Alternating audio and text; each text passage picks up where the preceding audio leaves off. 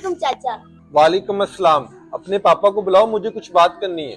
चाचा फिर आप बाहर क्यों खड़े हैं? अंदर आ जाइए, बाबा अंदर ही है। चलो ठीक है, चलते हैं अंदर।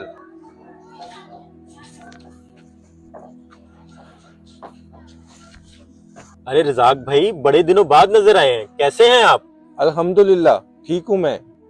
अरे रज़ाक भाई, आप खड़े क्यों हैं? बैठिए यहाँ पे। जाओ बेटी, चाचा के लिए पानी लेके आओ। अच्छा पापा। अरे भाई, तेरा मुंह क्यों लटका हुआ है?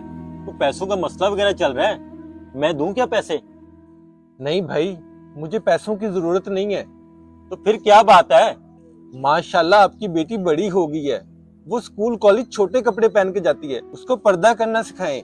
अरे रज़ाक भाई, वो पुराना जमाना था, आज का जमाना जरा मॉडर्न है, और मेरी बेटी तो ऐसी नहीं है। और भाई बस नजरें पाक होनी चाहिए, और मेरी बेटी को नहीं है पर्दे की जरूरत। तो फिर तो भाई हजरत बीबी फातिमा, हजरत आयशा को भी पर्दे की जरूरत नहीं थी।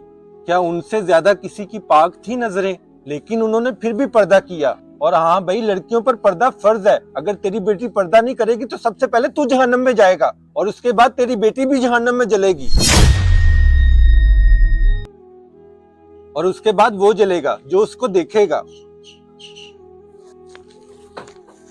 चाचा मुझे माफ कर दे, मैं आइंदा से कॉलेज पर्दा करके ही जाऊंगी। शाबाश मेरी बेटी। अंधों को खबर क्या है ये हिजाब अपना। अगर आपको हमारा मैसेज अच्छा लगे तो शेयर लाजमी करें। कबीले की